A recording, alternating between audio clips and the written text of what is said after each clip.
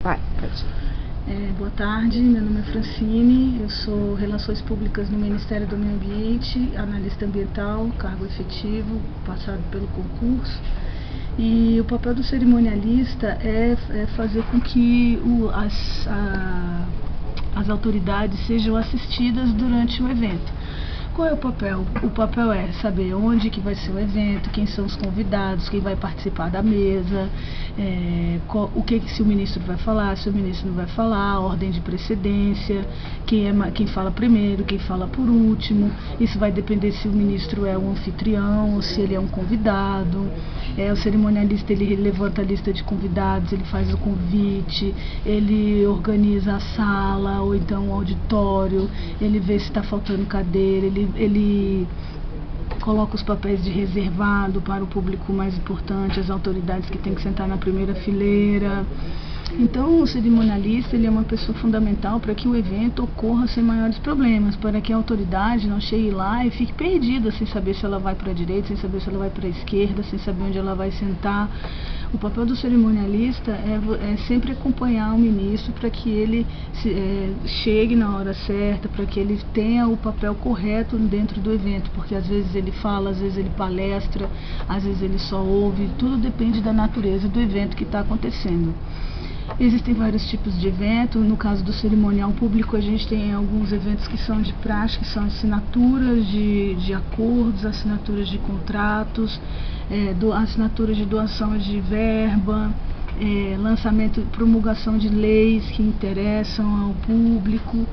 E, enfim, nós temos uma série de eventos característicos no qual o ministro ele participa, e quando ele participa ele é sempre a maior autoridade, né, nesse caso.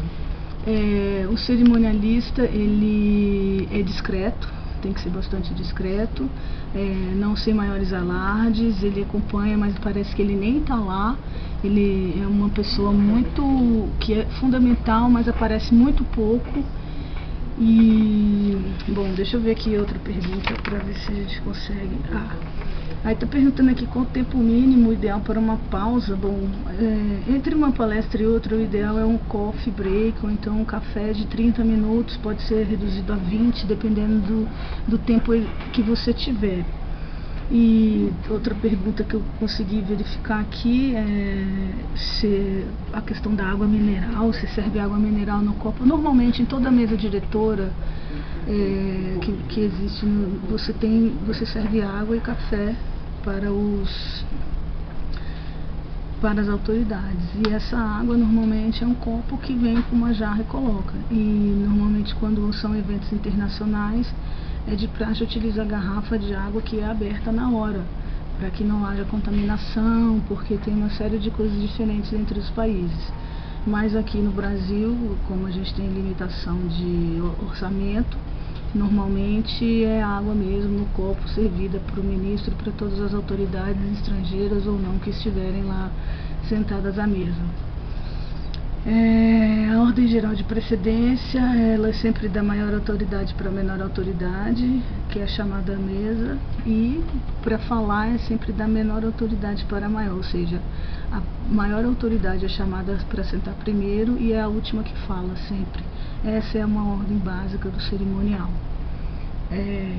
Existe mesa par e mesa ímpar, ela tem composições diferentes, que tem que ver lá a regra, como é que é, porque aqui mesmo explicando vocês não vão conseguir entender. E o que mais que eu posso? Alguma outra pergunta? Bom, acredito que seja isso. Tem uma outra pergunta aqui também: identificar os pontos problemáticos de colocar a integridade física do palestrante. Bom, isso a gente sente pelo termômetro da plateia, né? Se a plateia começa a ficar um pouco agitada, se começa a ver grito, se começa a ter confusão, a gente começa a perceber, e pode até interromper um evento no meio de uma fala, se perceber que existe algum problema de segurança em relação às autoridades, né? E a disposição das autoridades dentro do carro? Quando elas se destinam a um outro local, existe uma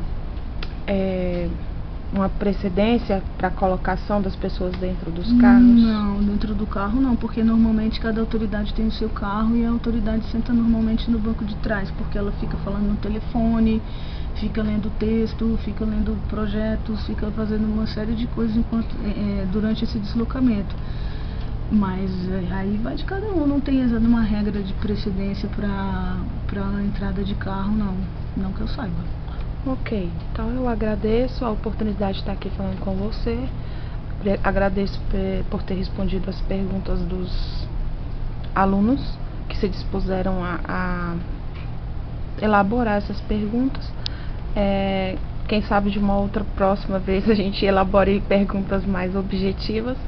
E eu só tenho a agradecer mesmo a oportunidade. De nada, eu estou à disposição. Obrigada.